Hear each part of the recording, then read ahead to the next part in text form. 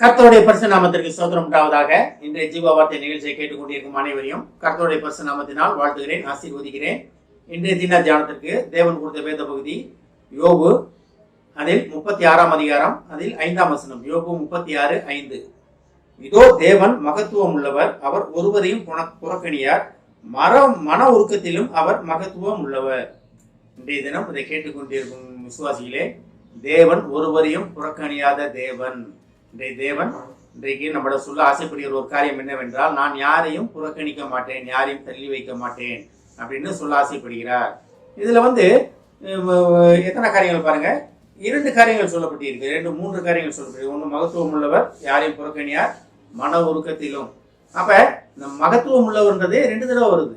அதாவது வேதாகமத்துல ஒரே காரியம் 2 தடவை வந்துச்சுன்னா தேவன் அதை நமக்கு நிச்சயமாக சொல்லுகிறார். நிச்சயமாகவே அப்படின்றது மாதிரி தான், நிச்சயமாகவே சொல்லுகிறார். உண்மையிலே சொல்றேன்ப்பா நம்ம சர்வசாரமா பேசுறோம் பார்த்தீங்களா, அந்த மாதிரி தான் அது. இதுல ரொம்ப மெயினான ஒரு காரியம், நம்ம பார்க்க வேண்டிய ஒரு காரியம் என்னன்னா, அவர் ஒருவரையும் புறக்கணியார். தேவன் மகத்துவம் உள்ளவர் தான், மன உருக்கம் உள்ளவர் தான், அதெல்லாம் எல்லாத்துக்குமே தெரியும், நல்லாவே தெரியும். அப்ப மன உருக்கத்தினால்தான் தன்னுடைய சொந்த குமாரனை பூமிக்கு அனுப்பினார்.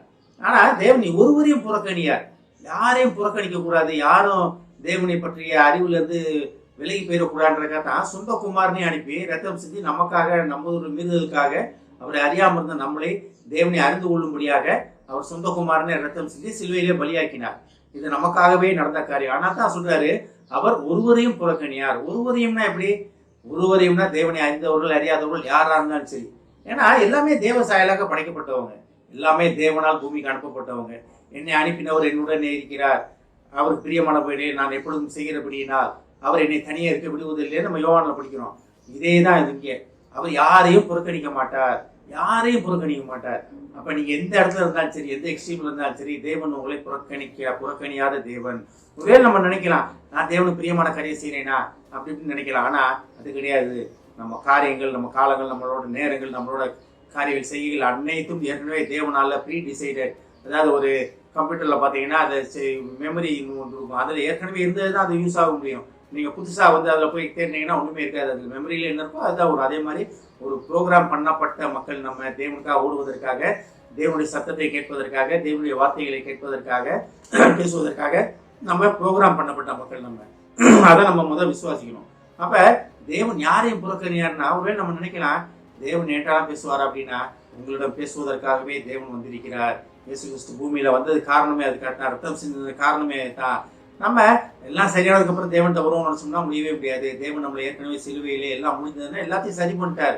ஒருவேளை நம்ம உழுந்து எந்திரிச்சுட்டோம்னா அது நம்ம ஆராய்ந்து பார்க்க வேண்டிய காரியம். தேவன் நமக்குள்ள இருக்காரா இல்லையா, நம்ம தேவனை உண்மையிலே விசுவாசிக்கிறோமா, உண்மையிலே தேவனை பற்றிய பயம் நம்மகிட்ட இருக்கா, தேவன் மேல அன்பு இருக்கா, பயத்தை விட்டுருங்க, அன்பு இருக்கிறதா. தேவன் மேல உண்மையிலே அன்பு இருந்துச்சுன்னா நம்ம தேவனுக்கு பிரியமா நடக்க ஆரம்பிப்போம். ஆனா தான் தேவன் சொல்றாரு, அவர் யாரையும் புறக்கணியாத தேவன். ஒருவேளை அதை கேட்டுக்கொண்டிருக்கும் விசுவாசிகளே, ஒருவேளை குடும்பத்திலேயோ, சொந்தத்திலேயோ, வெளி உலகத்திலேயோ, வேலை பார்க்குற இடத்துலையோ, தொழில் பார்க்குற இடத்துலையோ, நீங்க புறக்கணிக்கப்பட்ட இடத்துல நிலைமையில இருக்கீங்களா? எனக்கு யார் இருக்கா? எனக்கு உதவி செய்யறதுக்கு யார் இருக்கா? என் பிரச்சனைகளை கேட்கறதுக்கு யார் இருக்கா? நான் இவ்வளவு பண கஷ்டத்துல இருக்கேனே, என் குடும்பத்துல இவ்வளவு கஷ்டங்கள் இருக்கு, இவ்வளவு நோய்கள் இருக்கு, இவ்வளவு பிரச்சனைகள் இருக்கு அப்படின்னு நீங்க நினைச்சிட்டு இருக்கீங்களா? ஒன்றுக்கும் யார்ட்டையும் பேச வேணாம். நீங்க உலகத்தாட்ட சொன்னீங்கன்னா அவங்க உங்ககிட்ட நல்லபடியா கேட்டுட்டு, அப்படியாங்க நான் உங்களுக்காக என்ன பண்றீங்கன்னு சொல்லிட்டு வெளியே போய், எனக்கு முந்தைய தெரியும், இவெல்லாம் அப்படி ஆவான்னு தெரியும் அப்படின்னு நம்மளை தூஷிக்கிற மக்கள் தான் நிறைய பேர் இருக்காங்க. ஆனா தேவன்கிட்ட சொன்னீங்கன்னு வச்சுக்கீங்களேன், அது அவரோட நிற்கும். அவர் உங்களை நீங்க என்னென்ன கஷ்டத்துல இருக்கீங்களோ அனைத்திலிருந்து உங்களை மகிமையிலே கொண்டு போய் நிறுத்த வல்லவர் அவரு.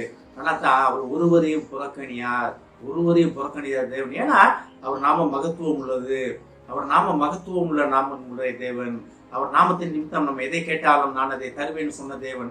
தைரியமா கேளுங்க தேவன்கிட்ட, தேவனே எனக்கு அந்த பிரச்சனைகள் இருக்கே ஆண்டவரே, என் வாழ்க்கையில இந்த கஷ்டங்கள் இருக்கே ஆண்டவரே, எனக்கு இப்போ இவ்வளவு போராட்டங்கள் இருக்கே ஆண்டவரேன்னு தைரியமா தேவன்கிட்ட கேளுங்க. தேவன்கிட்ட நம்ம கேட்கும் போது நம்ம தேவன் நம்மகிட்ட அருகில நின்றுப்பா. இப்பயும் அருகில தான் நிக்கிறார். ஆனா தேவன் நம்ம எப்போ என் மகன் என்னை உணர்ந்து என்னிடம் கேட்பான்னு அவர் காத்து கொண்டே இருக்கிறார். நம்ம தேவனை காத்துக்கொள்ள வைத்துக் கொண்டு இருக்கிறோமா? அதான் பாருங்க, அவர் மகத்துவம் உள்ள தேவர், மன உருக்கம் உள்ளவர். மன உருக்கம் எதுக்காக? நம்மளை அவரண்டை ஒன்று சேர்ப்பதற்காக. அதுக்காகத்தான் சொந்த குமாரனே பலியாக்கினார். அவ்வளவு மன உருக்கம் உள்ள தேவன். சொந்த குமாரனை நமக்காக பலியாக்கின தேவன் நமக்காக காரியங்கள் செய்ய மாட்டாரா? தேவனம் கேட்டு பெற்றுக்கொள்வோம் நம்ம காணப்படுவோம். ஆமென். ஜெபிப்போம். எங்களை அதிமனி அன்பின் பரலோக பிதாவே, தகப்பனே, நீர் ஒருவரையும் புறக்கணிக்க மாட்டீர் என்பதை நாங்கள் அறிந்து கொண்டோம் ஆண்டவரே. இதை கேட்டுக்கொண்டிருக்கும் ஒவ்வொரு விசுவாசியும் ஆசீர்வதிக்கிறோம் அப்பா. ஒவ்வொரு குடும்பத்தையும் ஆசீர்வதிக்கிறோம் ஆண்டவரே. ஒருவரையும் புறக்கணியாத தேவன் என்பதை அறிந்து கொண்டு அவர்கள் உம்மிடத்தில் கேட்டு பெற்றுக்கொள்ள உதவும் அப்பா. இயேசுவின் மூலமாய் கேட்கிறேன் நல்ல பிதாவே. ஆமென். கர்த்தர் உங்களை ஆசீர்வதிப்பாராக.